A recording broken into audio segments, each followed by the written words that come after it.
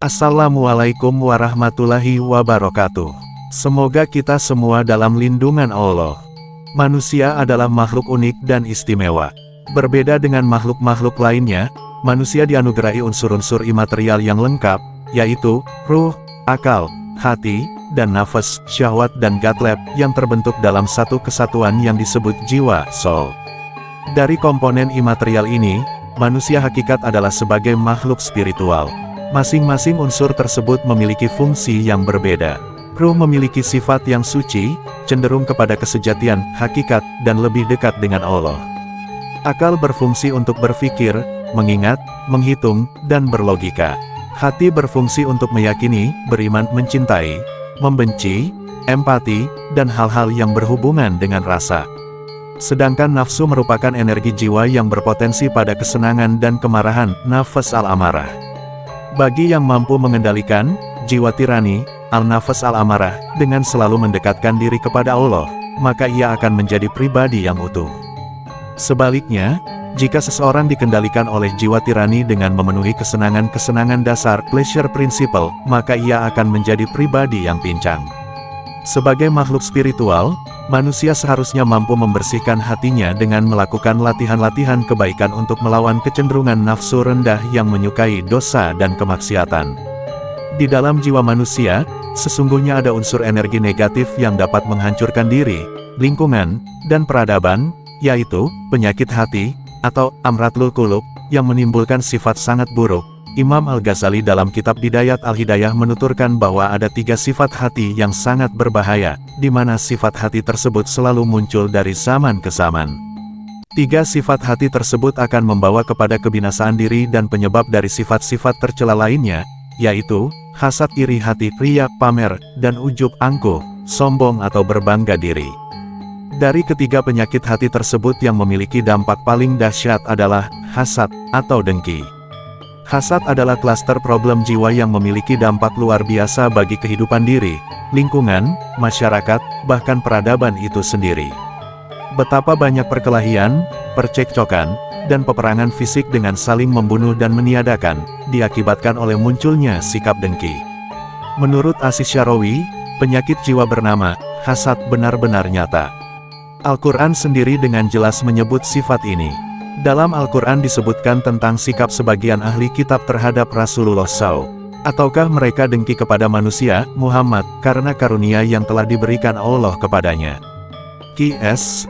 An-Nisa, 54. Demikian juga Rasulullah Subhanahu wa Ta'ala menyebut dengan jelas agar siapapun menghindari penyakit hati ini, artinya, jauhkanlah dirimu dari hasad karena sesungguhnya hasud itu memakan kebaikan-kebaikan sebagaimana api memakan kayu bakar. Hari, Abu Dawud. Hasad adalah kejahatan energi tersembunyi yang dapat membahayakan manusia. Allah menyuruh kita untuk meminta perlindungan Allah darinya, dan dari kejahatan orang yang dengki apabila dia dengki. Qs. Al-Falaq, 5. Hasad dapat dianalogikan sebagai suatu benda yang tidak terlihat secara kasat mata. Namun keberadaannya justru memiliki pengaruh dan dampak yang luar biasa serta bahaya yang lebih ganas dibandingkan dengan sesuatu yang dapat terlihat mata. Meski hasad tidak terlihat secara kasat mata, namun efek terhadap jiwa dan tatanan sosial sangat nyata.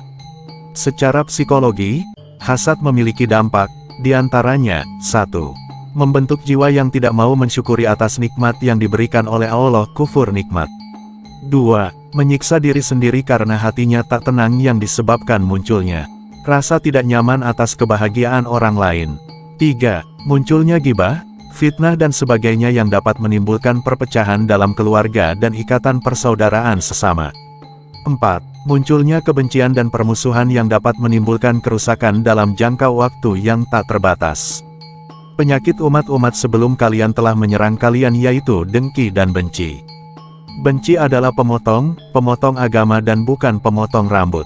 Demi zat yang jiwa Muhammad berada di tangannya, kalian tidak beriman hingga kalian saling mencintai. Maukah kalian aku tunjukkan sesuatu yang jika kalian kerjakan maka kalian saling mencintai? Sebarkanlah salam di antara kalian. Hari, Tirmizi. Sifat hasad dengki. Al-Ghazali pernah berkisah tentang bahayanya kepada orang lain. Hasad adalah sikap batin yang tidak senang terhadap kebahagiaan orang lain dan berusaha untuk menghilangkannya dari orang tersebut. Menurutnya, hasad adalah cabang dari syuk, yaitu sikap batin yang bakil untuk berbuat baik. Hasad atau dengki adalah menginginkan nikmat yang dimiliki orang lain dan menghendaki nikmat tersebut berpindah kepada dirinya. Hasad berawal dari sikap tidak menerima nikmat yang diberikan Allah kepadanya, karena ia melihat orang lain diberi nikmat yang dianggap lebih besar. Hasad pun bisa timbul bila seseorang menganggap dirinya lebih berhak mendapatkan nikmat dibanding orang lain. Pada hakikat, penyakit ini mengakibatkan si penderita tidak rela atas qada dan qadar Allah. Sebagaimana perkataan Ibnul Qayyim sesungguhnya hakikat hasad adalah bagian dari sikap menentang Allah karena ia membuat si penderita benci kepada nikmat Allah atas hambanya, padahal Allah menginginkan nikmat tersebut untuknya. Hasad juga membuatnya senang dengan hilangnya nikmat tersebut dari saudaranya, padahal Allah benci jika nikmat itu hilang dari saudaranya. Jadi, hasad itu hakikat menentang qada dan qadar Allah. Al-Fawaid, Hal 157. Dampak hasad sungguh luar biasa. Hadis yang diriwayatkan Abu Dawud tersebut menyebutkan bahwa hasad bisa menghancurkan seluruh catatan amal saleh. Hasad pun bisa menimbulkan kebencian, sehingga ia sulit berbuat kebaikan pada orang yang ia dengki. Pada saat yang sama ia pun akan sulit menerima kebaikan yang diberikan orang itu. Orang yang hasad akan sangat lelah, sebab ia tidak pernah puas dengan nikmat yang telah Allah karuniakan. Pikiran dan hatinya menjadi tumpul karena selalu memikirkan dan cemburu atas kenikmatan orang lain. Bila hasadnya memuncak akan mendorongnya untuk berbuat apapun dengan menghilangkan kenikmatan orang lain, termasuk mencuri, memfitnah, bahkan membunuhnya. Dampak terpaling besar adalah hancurnya tali persaudaraan dan tumbuh suburnya kebencian. Dikisahkan, ada seorang raja memerintah di suatu negeri. Pada suatu hari seseorang datang ke istananya dan menasehati raja, balaslah orang yang berbuat baik karena kebaikan yang ia lakukan kepada baginda. Tetapi jangan hiraukan orang yang berbuat dengki pada baginda, karena kedengkian itu sudah cukup untuk mencelakakan dirinya. Maksud orang itu, hendaknya kita membalas kebaikan orang yang berbuat baik pada kita, namun kita jangan membalas orang yang berbuat dengki dengan kedengkian lagi. Cukup kita biarkan saja. Hadir di istana itu, seorang yang pendengki. Sesaat setelah orang memberi nasihat pergi, ia menghadap raja dan berkata, "Tadi orang itu berbicara padaku, bahwa mulut baginda bau. Jika baginda tak percaya, panggillah lagi orang itu esok hari.